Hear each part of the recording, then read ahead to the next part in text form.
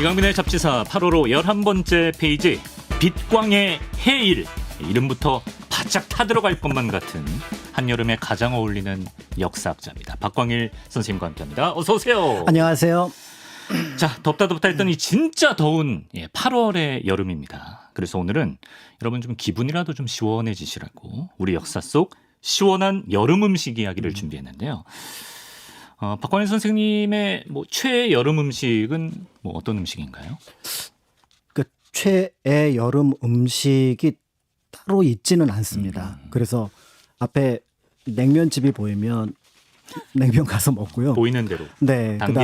그다음에 또 앞에 맛있는 짜장면집이 있으면은 여름은 짜장면이지 하면서 또 짜장면을 먹고 예. 이런 거여서 그러니까 제가 몇 가지 그러니까 장점이 별로 없는 편인데 네네. 그 중에 그래도 드물게 있는 장점 중에 하나가 아무 때나 아무 음식을 잘 먹는 편이어서 네, 그래서 여름에도 그저 가리지 않고 잘 먹으려고 애쓰고 있습니다. 좋아하는 음식 먹으면 그게 또 이제 맞습니다. 보신이고 맞습니다. 피서고 그리고 그렇습니다. 가끔 그러니까 제가 좋아하는 것과 별개로 이게 먹고 싶다라고 할 때가 있어요. 그럴 때 이제 가서 이것도 사 먹고 또 눈에 보이면 그 식당 들어가고 집안 사람들하고 요거 해 먹자 네. 이렇게 얘기를 하는 편이죠. 그렇군요. 커피는 여름에도 항상 뜨거운 커피를 주시더라고요.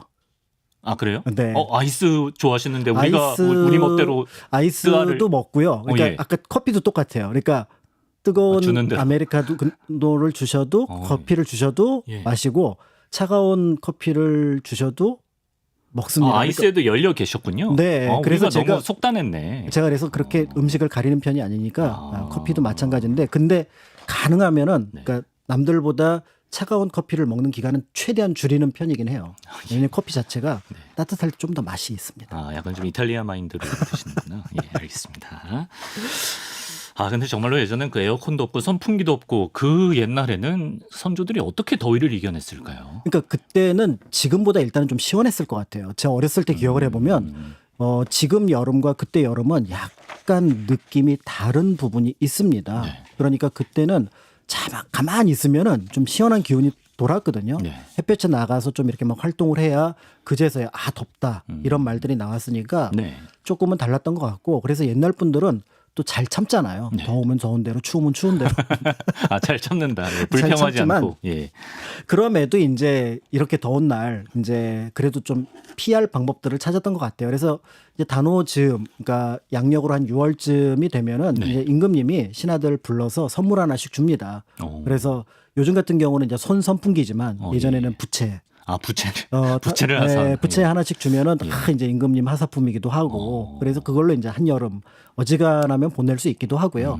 그 다음에 이제 그거보다 조금 더 더워지면은 반빙이라는 거를 시작을 해요. 반빙. 그러니까 반은 나눠준다는 뜻이고 빙은 얼음 빙자니까 그래서 이제 대신들 또 조금 아픈 사람들 이런 사람들한테 얼음을 한 덩어리씩 나눠줍니다. 예. 그래서 이제 그 얼음을 나눠주는데 궁궐에서 나눠줄 수는 없으니까 궁궐에서는 빙표라고 하는 표를 줘요. 네. 그럼 그 표를 받으면 어디로 뛰어가냐면 서빙고로 뛰어가는 거죠.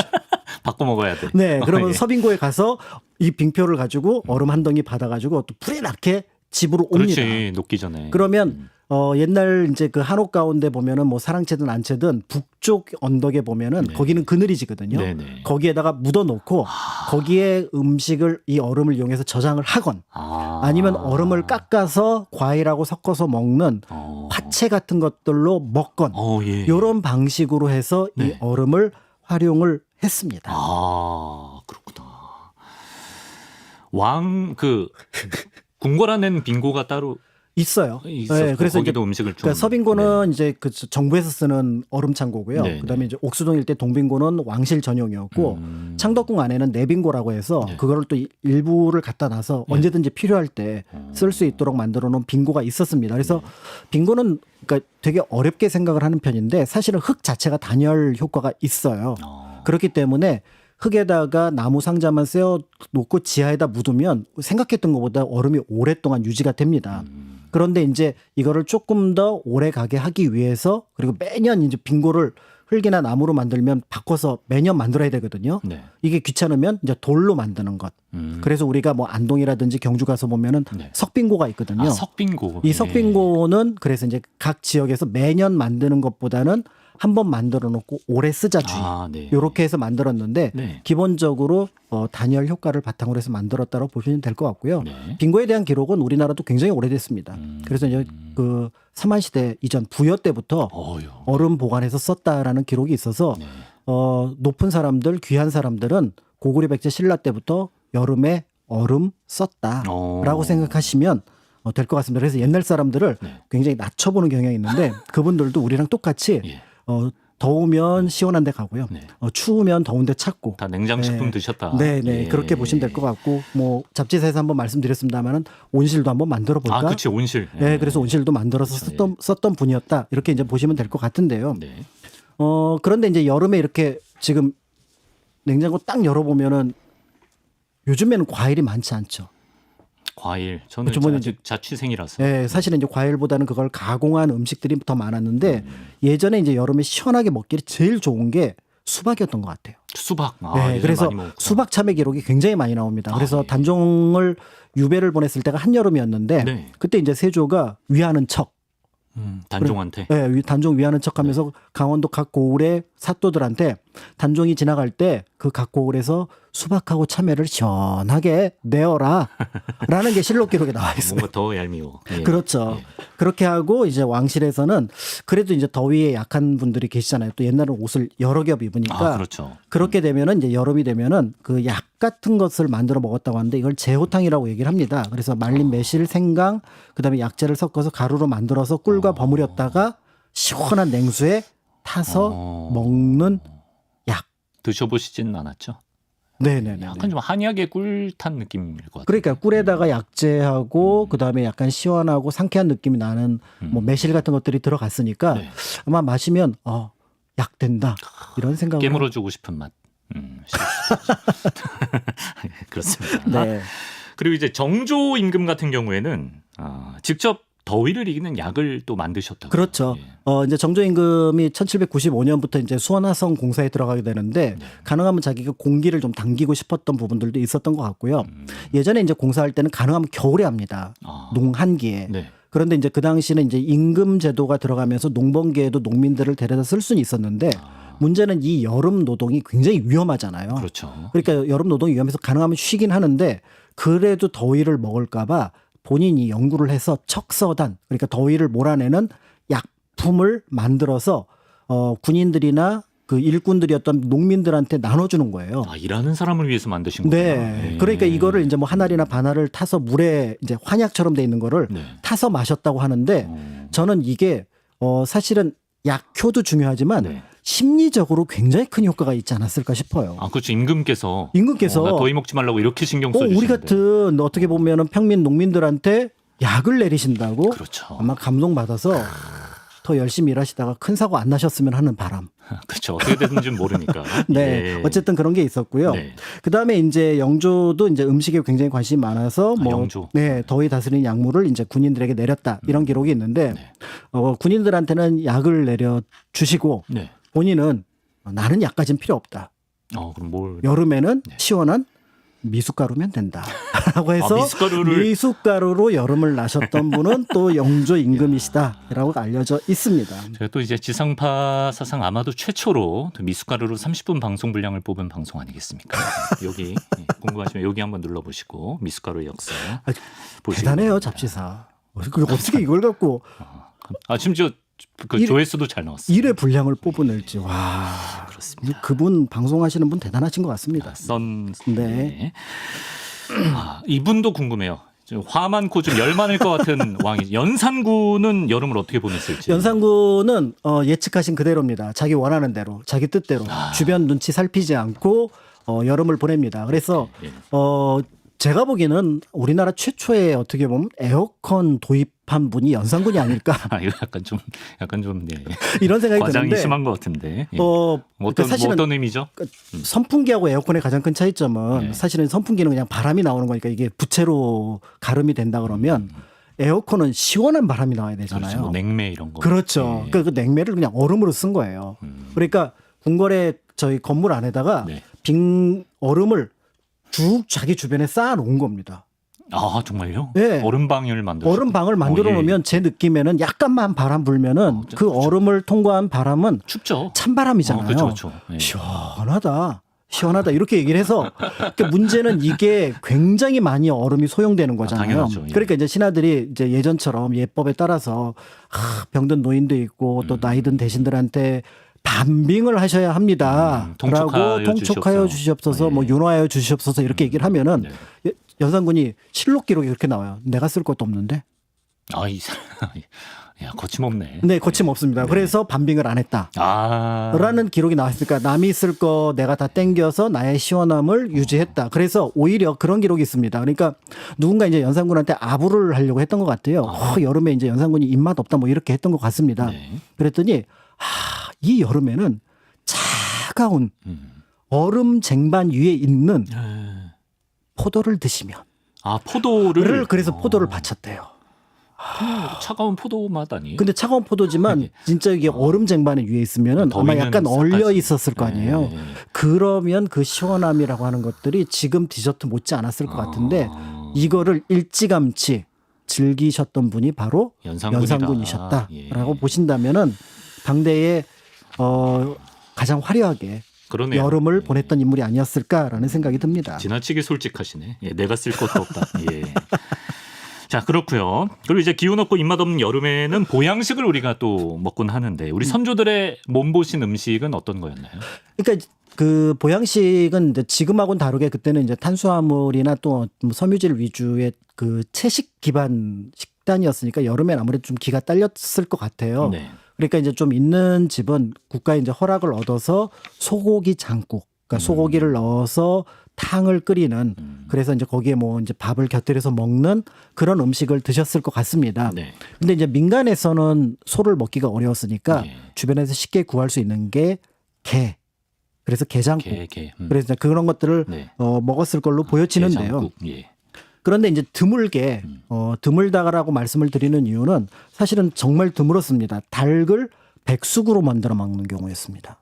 닭고기가 드물었나요? 맞습니다. 왜냐하면 제가 음식 코너에서 한번 말씀을 드린 적이 있었는데 조선시대 닭을 길렀던 이유는 고기가 아니라 맞아요. 달걀덕을 얻기 위해서였거든요. 그러니까 가능하면은 고기를 먹고 싶어도 가을 겨울까지 참았다가 꿩을 잡아서 먹을지언정 닭은 잡지 않았습니다. 그러니까 우리가 알고 있는 닭백숙이 일반적인 음식이 아니었고 굉장히 귀한 음식이었고 사위나 와야 내놓는 음식이었습니다. 그래서 사위가 오면 닭을 잡는구나. 그렇죠. 그러니까 닭들은 볼 땐 사위가 원수 같았겠죠.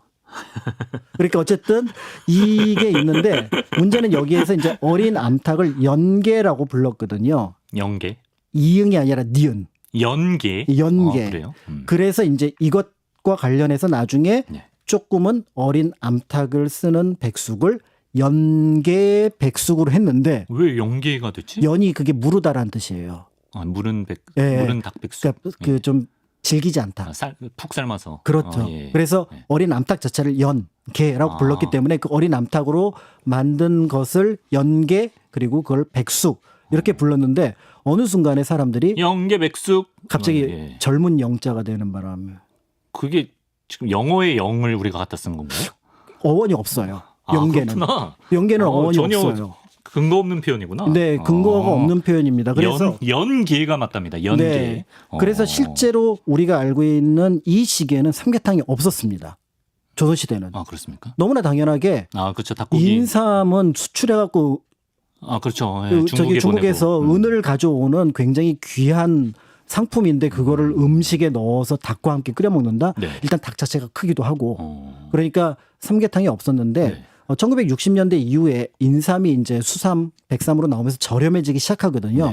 그러면서 기존에 있었던 백숙과 결합하는 방식으로 만들어낸 음식이 우리가 알고 있는 삼계탕이고요. 최근에 이제 제가 뉴스를 보니까 삼계탕용 그 닭이 따로 있더라고요. 짧게 지금요? 있죠. 그렇죠. 그래서 크게 기르지 않는 닭이 있는데 그러면서 이제 그렇게 이제 조금은 삼계탕이 마치 오래된 음식처럼 느껴지지만 오래되지 않았고 그리고 처음에는 이제 닭을 먼저 써서 게삼탕 이렇게 불렀다가 나중에 삼계탕으로 이름을 바꿔서 정착이 되었다라고 알려져 있습니다. 게삼탕 좀 이상하다. 그러니까 발음을 잘해야 돼요. 기삼탕 이렇게 되죠. 양념치킨은 약간 치킨 양념이라고 하는 느낌. 그렇습니다. 자, 기삼탕도 있지만 당대 여름 최고의 음식은 따로 있었다고 합니다, 여러분. 다름 아닌 민어 요리가 인기였다고. 맞습니다. 그래서 생선 가운데 이제 살이 가장 단단하고 여름에 어떻게 보면 좀 맛있는 살을 가지게 되는 생선이 바로 민어였었거든요. 네. 근데 이 민어는 굉장히 고급 음식이어서 사실 일반 백성들이 먹긴 어려웠고 양반들이 주로 먹었다고 보시면 될 것 같고요. 임금님이 이제 뭔가 신하들한테 큰 뭐 포상을 하고 싶다. 네. 그럴 때 항상 품목이 이제 그 실록 같은데 승정원 일기 같은데 기록으로 남아 있거든요. 네네. 거기에 보면은 뭐 쌀, 소고기 하고 빠지지 않는 게 민어예요. 그럼 이 민어를 받으면 아마 이제 좀 꼬득꼬득하게 말린 민어였을 겁니다. 요걸 가지고 탕을 만들어 먹는 예. 그런 어떤 방식이었던 걸로 보여지는데요. 찜쪄 먹거나. 네, 그래서 이제 민어탕, 민어찜 이런 것들이 이제 유행을 어떻게 보면 좀 여름에를 날 수 있는 귀한 음식이었다 이렇게 이제 볼 수 있을 것 같고요. 네. 그러다가 조선 후기에 비로소 뭐 고종임금, 순종임금님이 네. 차가운 국수, 냉면 이런 걸 드셨다 이런 어떤 증언들이 나오면서 그러면서 냉면이라는 음식이 여름 어허, 음식인가라고 이제 사람들한테 알려지게 되지 않았을까. 그러면서 이제 여름 음식을 대표하는 게 이제 보양식의 개념하고는 조금 거리가 있지만 네. 여름의 최고의 음식으로 꼽는다면 그 이전에 민어, 소고기를 넘어서는 냉면, 차가운 냉면. 민이 등장을 하지 않았을까 이렇게 보여지는데요. 예. 짐작할 수 있는 것처럼 냉면이 여름 음식이 되려면 여름에 얼음을 일반 대중들도 구할 수 있는 시기가 돼야 됩니다. 그렇죠. 살얼음 띄워야 되니까. 그렇죠. 우리나라에 제빙기가 들어온 게 1910년 전후거든요. 그렇기 때문에 이제 그 전에는 그냥 약간 시원한 냉면이었다면 말 그대로 진짜로 얼음처럼 차가운 냉면은 1910년대 이후에 대중화되었다라고 보신다면은 네. 대략 그 냉면이 어떤 배경 속에서 퍼져나갔는지를 짐작하실 수 있을 것 같습니다. 생각보다는 그렇게 오래된 음식은 아니네요. 네, 예. 음식 재료들이 그렇게 오래된 것들을 계속해서 이어오기가 어려운 부분들이 있습니다. 네. 그런 부분들이 있기 때문에 비교적 이제 최근에 좀 음식들이 새롭게 어떻게 보면은 지금 모습으로 만들어졌다라고 보실 수 있을 것 같고요. 근데 이제 고려시대 기록 중에 약간 냉면을 연상시키는 메뉴가 있다면서요? 네, 차가운 국수가 있어요. 차가운 국수라는 기록이 있어요. 네, 그래서 차가운 국수가 있어서 절이 이제 여러 가지 당시로서는 이제 소위 말하는 그 상업적인 활동들을 많이 했거든요. 아, 절이요? 예, 그래 고려시대 절들은 굉장히 개방적이어서 뭐 술도 만들어서 팔고요. 예, 예, 예. 그다음에 이제 하는데 그 만들어 팔던 품목 중에 차가운 국수를 만들었다. 그러니까 국수 자체를 요리를 했다라는 건데 네. 아마 이제 절 자체가 여러 어떤 숙박이라든지 이런 용도로 쓰였기 때문에 그때 이제 사람들한테 내놓은 음식이 아니었을까. 템플 스테이. 예, 이렇게 보여집니다. 네. 그리고 이제 조금 더 구체적으로 조선 후기에 가서는 이것과는 다르게 지금 냉면하고 조금 더 가까운 걸로 보여지는데요. 황해도 지역으로 이제 그때 이제 그 부임을 했을 때였는데 이제 누가요? 정약용 선생님. 아, 정약용 선생님. 조선 후기로 훅 넘어갑니다. 예, 예, 예. 근데 이제 넘어갔는데 10월 달에 눈이 한 5자가 오면 그러니까 양력으로 치면 11월 달이 될 테니까 5자가 오면은 이제 맛있는 음식을 드셨던 것 같아요. 노루고기를 구워서 예. 노루고기를 구워서 네네. 냉면을 네. 배추 절임과 함께 먹으니 정말 좋다.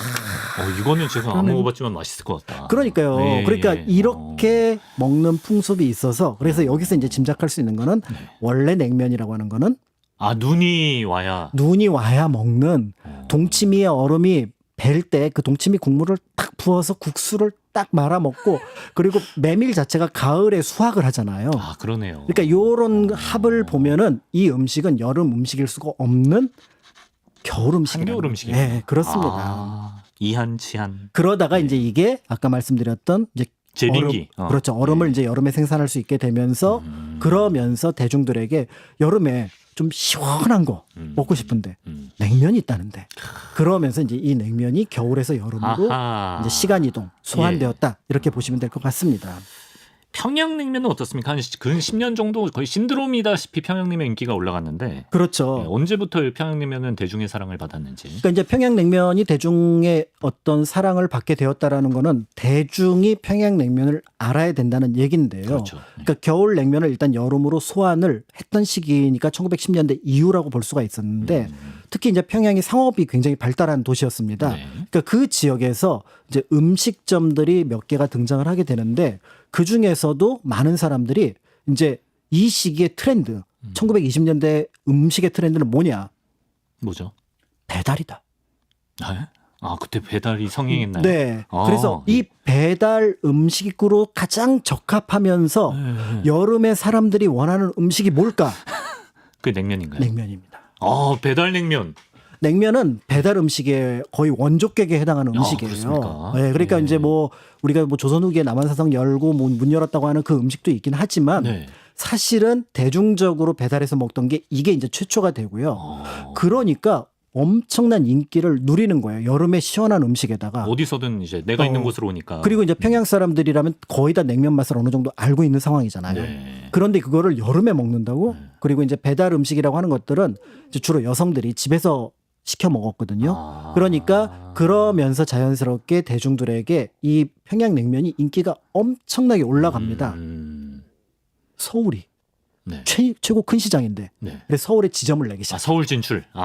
그래서 1920년대부터 이제 서울 진출이 시작이 돼요. 예, 예. 그러니까 자연스럽게 평양에 있던 냉면집들이 이제 서울에 지점을 내면서 그러면서 이제 서울에서도 굉장히 이제 유명하게 되어서 그러면서 이제 어떻게 우리가 알고 있는 냉면들이 네. 이제 퍼져나가기 시작했다 이렇게 볼 수 있습니다. 그 당시 냉면을 배달하던 사람들을 중머리라고 불렀다고 하는데요. 그 일제강점기 서울을 그린 어효선 작가의 에세이 내가 자란 서울에 당시 냉면집과 이 중머리에 대한 기록이 남아 있는데 광교와 수표교 사이에 백양루란 냉면집이 있다. 가서 먹는 이보다 시켜다 먹는 이가 많았다. 배달은 기다란 목판에 담아서 어깨에 메고 날랐다. 목판의 길이가 150cm인데 한 목판에 20그릇이 놓였다. 커다란 국물 주전자는 짐바지에 실었다라고 되어 있습니다. 150cm에다가 20그릇이면 이거 방송감이거든요, 이거. 그렇죠. 예. 그리고 이제 그걸 기본적으로 자전거를 타니까 한 손은 자전거를 잡아요. 약간 서커스 아닌가요? 그러니까 묘기인데 묘기. 그래서 실제로 오래된 냉면집, 그게 되나? 그러니까 특히 이제 속초 같은데 보면은 그 함경도 지역에서 내려오신 분들이 계시거든요. 물론 이제 평양냉면 얘기를 하고 있지만 함흥냉면도 또 굉장히 중요한 어떤 의미를 갖고 있는 메뉴라고 볼 수 있을 것 같은데요. 네. 그런데 이 함흥냉면집이 됐든 평양냉면집이 됐든 오래된 집엔 예전 자기 뭐 선친이시든 할아버지시든 그 시절에 배달하던 사진이 있어요. 그러니까 우리는 이런 집이다. 그러니까 그렇지. 그 배달 사진이 있다면 이 집 오래됐구나. 말이 필요 없지. 이런 것들을 볼 수 있고 예. 그래서 이제 당시 어떻게 보면은 그 냉면집을 상징하는 게 몇 가지가 있었는데 네. 그 중에 하나가 바로 뭐냐면 일단 이 배달하는 중머리들 네. 그래서 이제 이 중머리들이 워낙 많아서 이제 사실은 평양에 어떤 그 냉면집이 발달하면서 이분들이 이제 처우 개선이 안 됐을 때 이분들이 파업을 일으킨 적도 있어요. 그렇습니까? 물론 이제 그 파업의 시작은 김치문이라고 하는 안에서 이제 반죽하시는 분이었었습니다만은 예. 그렇지만 이제 그분이 처우가 아니 나처럼 귀한 사람을 이렇게 대접을 한다고 내가 지금 돈 하면서 벌어다 주는데. 파업했는데 그 파업에 처음에만 100명이 모였고요. 그럼 무슨 뭐 연합 같은 게 그렇죠. 냉면 노조 같은 맞습니다. 게 면 노조? 네. 그래 면옥조합이라고 해가지고. 정말로? 네. 그래서 면옥조합이라고 해서 예. 그래서 이제 거기에 조합원들이 이제 파업을 일으켰고 나중에 그 파업의 숫자가 280명까지 평양에서만 늘어났다고 하니까 당시에 이들의 활동이 어떠했는지를 큰 시장이었네, 진짜. 그렇습니다. 이제 짐작해 볼 수가 있을 것 같고요. 예. 이제 그런 면에서 이제 어떻게 보면은 이제 그 배달 음식과 함께 또 하나 이제 냉면집을 상징하는 게 뭐냐면 요 시기에 이제 그 전에는 국수를 만들어내는 게 어렵는데 네. 제면기, 기계식 제면기가 등장을 합니다. 그 전까지는 수타로 다. 예. 근데 이걸 끌어내리면서 그렇지. 면을 만드는 게 나오는 거예요. 그 구멍 뽕뽕뽕 뚫린 대로 그렇죠, 나오는 그렇죠. 거. 예. 그러니까 그 구멍이 뽕뽕뽕뽕 나오는 걸 요거를 종이로 예. 표현을 해서 요거를 가게에다 걸어놔요. 그러면 저 집이 뭐 하는 집이다? 냉면집. 최소 국수집, 잘하면 냉면집이라는 거예요. 약간 샤워기 헤드 같은 모양. 그렇죠, 그렇죠. 그래서 집 앞에 요 그 종이 다발이 걸려 있고 그다음에 배달 자전거가 앞에 쭉 있다. 냉면집이다. 이런 것들을 알 수 있었다고 하면서 네. 그러면서 이제 우리가 알고 있는 근대의 대중 음식의 표상으로서 등장을 하게 됩니다. 그렇습니다. 자, 이렇게 냉면이 인기를 끌면서 이제 동시에 국물 요리를 다룬 레시피 책들도 연달아서 좀 인기를 끌게 된다고 하는데 뭐 어떤 책들이 있나요? 그러니까 이제 레시피 책들이 뭐 규합청서, 시전서, 조선요리제법, 조선무상 신식요리제법, 조선요리법, 어조궁중 요리통고 이런 것들이 이제 나오게 되는데요. 네. 여기에서 이제 공통적으로 냉면들을 다룹니다. 그런데 이제 흥미로운 게 이제 그 평양냉면 기준으로 이제 물냉면 기준으로 볼 때 여기에 국물을 베이스를 동치미를 가장 많이 얘기를 하지만 닭고기도 등장하고 소고기도 등장을 해요. 그러니까 이 얘기는 뭐냐면 냉면이 사실은 집안마다 달랐고 같은 평양냉면이라고 하더라도 동네마다 그 기본이 달랐다라는 걸 알 수가 있고요. 그러니까 여기에 빠져 있지만 사실은 꿩 국물도 굉장히 많이 냈었거든요. 이제 그런 것들이 있었다는 점에서 사실은 같은 평양냉면 계열이라도 이제 냉면 차별화 매니아 분들은 아실 거예요. 이게 동치미 베이스의 냉면인지 그렇죠.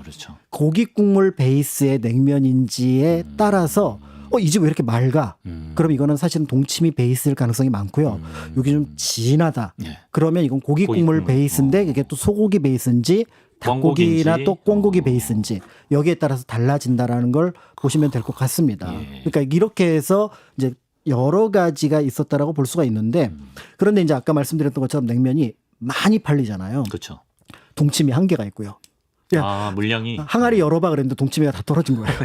그다음에 소고기 저기 끓여서 되는 게 너무 비용이 비싼 거예요. 물론 이제 당시 냉면이 그 설렁탕 값보다는 한 1.5배로 비싸긴 했었거든요.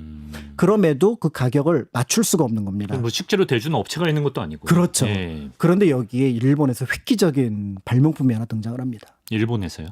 그래서 이거 하나만 넣으면 고향의 맛을 느낄 수 있는 조미료가 등장을 해요. 그래서 그때 이제 이름으로 아지노모토라고 하는 것이 등장을 하게 되면서 이걸 넣으면 소고기 국물하고 거의 맛이 비슷해지는 거예요. 그러면서 이제 이거를 이제 냉면에다가 활용을 하니까 이제 여기에 대해서 두 집으로 분파로 나뉘게 됩니다. 우리는 진짜 소고기 쓴다. 그치. 라고 주장하는 집이 있고 반대로 우리는 어설프게 이상한 잡고기 넣지 않고 신식 어떤 요리 재료인 아지노모토를 쓴다. 라고 하면서 이게 지금은 너무나 당연하게 저거 안 쓰면 좋겠다라고 하지만 지금은 이제 풍부하니까 그런 얘기를 하는 거지만 그 당시에는 이걸 넣어야 맛있어. 그래서 저 집 냉면이 훨씬 더 맛있을 거야. 라고 끌어들이는 효과도 있었다라는 점에서 하고요. 사실은 그 당시 이제 아지노모토 광고를 굉장히 좀 차별적으로 했습니다. 이거 치시오. 그렇죠. 치라고. 네. 그래서 훌륭한 며느리나 훌륭한 어떤 주부의 가치는 저 아지노모토를 알고 있느냐 모르느냐의 차이다. 라고 얘기를 할 정도였으니까 이게 이제 냉면 시장을 크게 어떻게 보면 판도를 키우는. 그렇지만 이제 우리는 전통을 그래서 끝까지 동치미나 소고기 국물을 베이스로 하는 집들도 여전히 이제 어떻게 보면은 이제 생명을 유지해갔다 이렇게 볼 수 있을 것 같습니다. 네. 자, 이렇게 뭐 냉면의 제1의 전성기가 일제강점기 때부터 시작된 요식이라면 제2의 전성기가 오는데 한국 전쟁 이후에 또 냉면 인기가 높아진다. 그렇죠. 그러니까 이제 한국 전쟁이 굉장히 큰 비극, 특히 이제 실향, 특히 이제 북한에서 내려온 분들은 고향을 곧 갈 수 있을 거라고 생각을 했는데 못 갔습니다. 그런데 이제 그분들이 내려왔는데 그분들하고 같이 내려온 분들이 거기에서 냉면을 만드시던 분들이잖아요. 그렇죠. 그러니까 평안도 지역에서는 평안도 냉면, 그다음에 함경도 지역에서는 함흥냉면을 가지고 오신 분들이 있었는데 이분들이 그 냉면의 명맥을 유지합니다. 짐작하시겠지만 남쪽 사람들은 이 밍밍하거나 또 때에 따라서 너무 짜고 단 함흥식 냉면이 입에 안 맞아요. 남쪽 사람들이? 네. 그래요? 잘 안 맞아요. 남쪽이 더 센 거 아니에요? 만두도 잘 안 먹습니다. 그러니까 이제 그래서 이제 그 분들이 이렇게 명맥을 유지해 오는데 그래도 이제 함흥냉면 쪽은 맛이 좀 간이 좀 맞으니까 회냉면 쪽은 많이 사람들이 가서 드시긴 하는데 평양냉면 쪽은 그분들의 어떻게 보면은 뭔가 나의 고향의 맛, 고향을 생각하면서 친구들 만나는 특히 이제 이게 그 평양 쪽에서는 선주 후면이라 그래서 이제 요리 술 드시고 나서 해장하는 음식이었거든요. 선주 후면. 그래서 냉면 국물이 중요했던 이유가 바로 뭐냐면 이게 해장용 국물이었어요. 이렇게 해서 이제 마셨는데 사실은 이제 그게 1970년대 80년대 지나서 우리 음식이 이제 조금은 이제 맛을 좀 이렇게 진한 맛을 생각하는 조금 그리고 슴슴한 맛에 대한 인식이 생기기 시작한 거예요. 그러면서 이제 평양냉면이 다시 붐을 일으킨 겁니다. 진한 맛에 너무 중독이 되다 보니까 이제 슴슴한 맛을 찾게 됐다. 그렇죠. 그러면서 슴슴한 맛의 대표가 평양냉면인데 이게 처음 먹으면은 아마 적응 안 될 수 있어요. 처음 데리고 왔던 분들은 전부 다 왜 날 이렇게 고난에 빠뜨리느냐. 이걸 왜 맛있게 다 맛있게 먹는데 난 맛있게 먹을 수 없거든요. 네. 근데 이 맛에 한번 들이게 되면은 그 다음부터는 또 빠져나가지 그렇죠. 못하는 네. 그런 것들이 있었는데 네. 더 나아가서 이제 사실은 이제 평양 함흥이라고 가지고 있는 게 도달할 수 없는 맛이에요. 아, 일단 이름에 평양 함흥 들어가니까 그렇죠. 뭔가 아련한 게 있네요. 그렇죠. 이제 예전에 그 평양에서 함흥에서 음식들 드셨던 분들도 이제 굉장히 나이가 드셨지만 네. 젊은 세대에게 평양의 맛은 알 수가 없는 맛입니다. 그렇죠. 그런데 식당에서 이게 평양이라고 그러고 이게 함흥이라고 얘기를 하니까 그러니까 이제 거기에 또 하나의 뭔가 어떤 그 상상이 곁들여지게 되면서 그러면서 지금 평양냉면이 다시 한번 그리고 굉장히 건강 음식이잖아요. 그렇죠. 예. 슴슴하니까. 예, 그러니까 이제 그런 것들이 이제 적용이 되면서 유행을 타지 않았을까 네. 이렇게 보고 있습니다. 북한에는 우리 한국지명단 메뉴 안 팔겠죠? 부산 돼지국밥이라든지. 그러니까요. 예. 안 팔겠죠? 예. 안 팔 것 같아요. 팔면 안 되겠죠? 예. 팔아도 좋을 것 같은데 뭐 서울집 뭐 이런. 우리야 좋은데 그쪽에서 큰일 날 수 있을 것 같은데. 예, 알겠습니다. 사실은 이제 오늘 평양 함흥냉면만 얘기를 했지만 뭐 네. 남쪽에도 저기 그 진주냉면도 있고요. 아, 진주냉면 또 빠지면 섭섭하죠. 그렇죠. 예. 이제 그거는 약간 국물 육전 자체가 비슷한 게 예, 올라가죠. 국물 자체가 해물 베이스이기도 하고 아. 육전이 올라가기도 예. 하고 그다음에 이제 또 냉면과 같은 계열의 강원도 막국수 이런 것들도 이제 나중에 언젠가 한번 다시 모아서 말씀드릴 기회가 있으면 좋을 것 같습니다. 평양냉면, 함흥냉면, 진주냉면, 강원 막국수 중에 박광일 선생님의 선택은 막국수 아, 예. 맛있습니다. 뭐 같은 계열이죠. 네네네. 근데 평냉 맛있어요.